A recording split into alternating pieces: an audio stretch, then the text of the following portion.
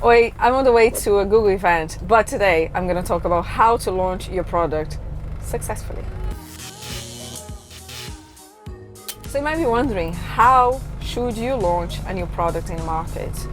There are so many variables depending on the product or the app or the game, whatever you're creating. But I would say that the fundamentals is to understand exactly how is the market? Who are the companies that are doing something like this right now? Where are they selling? Are they selling on Amazon? Are they selling on their own e-commerce shop? Are they selling on Farfetch?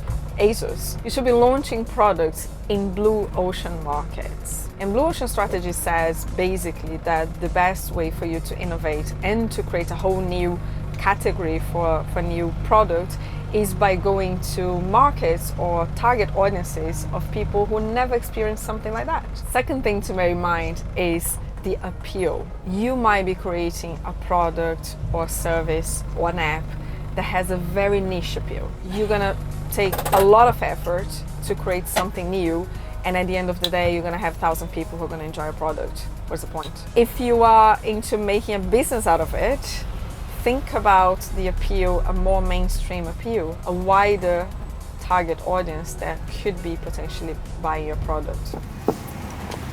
Just got here at the Saatchi Gallery in London, which is a pretty cool place. Oops.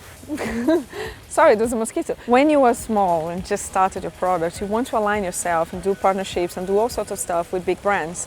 And what these guys are doing is aligning themselves with Google, because once they are part of this competition, if they win, and if they are, they get some perks out of Google, like featuring the apps on the App Store and helping them with some advice and stuff, that's crucial to put them on the map. Anyway, let's go in.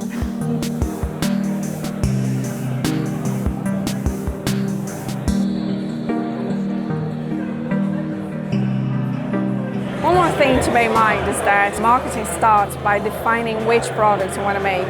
It's not at the end of the line when you have a product that you're like, I'm going to market now, right? It needs to be thought through since the beginning. When you started making the game, did you think about who would play it? No. Okay. I think it's too difficult. Because when you start making it, you don't know what it's going to be really. Okay, I'm going to tell you something that controversial, which is kind of challenging what you just said. I played your game a lot and I really enjoyed it. I was so engaged that if you had a paywall, say, now to discover the rest of the story, pay X, I would have paid. I know it feels very dirty. The main thing for you right now, would you be up for like getting 1,000 keys and distribute it to a lot of YouTubers and streamers? I mean, it certainly sounds like worthwhile, right? Totally, because then you create a freemium proposition. Right? In people's minds, they're having like a go, they're watching someone else play, which is like the free side of things, and they're connected to this personality anyway. And then when they get to the store, they're already warmed up.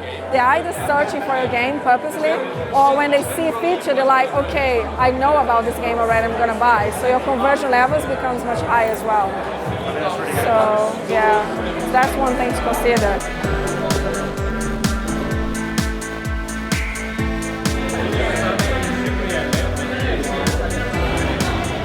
Right, got mic'd up for the judging moment right now. So 10 people are going to be pitching to us. I really hope that this conversation and everything that I shared with you about marketing today is very helpful. If it is, if you know more people who need that, share with your friends. And if you had questions and something that I didn't talk about, that you're very curious about marketing, launching a product, anything, just put in the comments below and I'll make sure that I'll respond. Or I can do part 2 as well, because marketing is in my heart. So make sure that you subscribe so you can see part 2. For now, ciao ciao.